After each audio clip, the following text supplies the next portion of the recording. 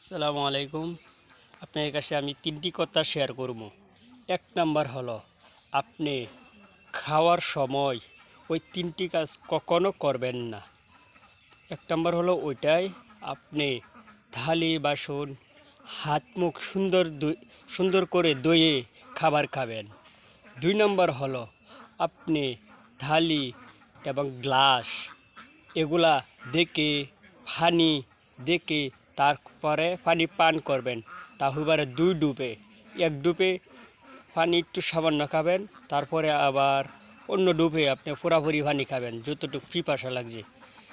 ৩ number হলো, আপনি যে খাবারের মধ্যে কোনো সময় মশা মাছি এবং পোকমাকড় পড়লে ওই খাবার খাবেন না। কুত্তা বিলাই যে খাবারে মুখ দেয় ওই খাবার খাবেন না, তাহলে আপনি অনেক অসুস্থ হয়ে যেতে পারেন ভাই। ডায়রিয়া হতে পারে, কলেরা হতে পারে।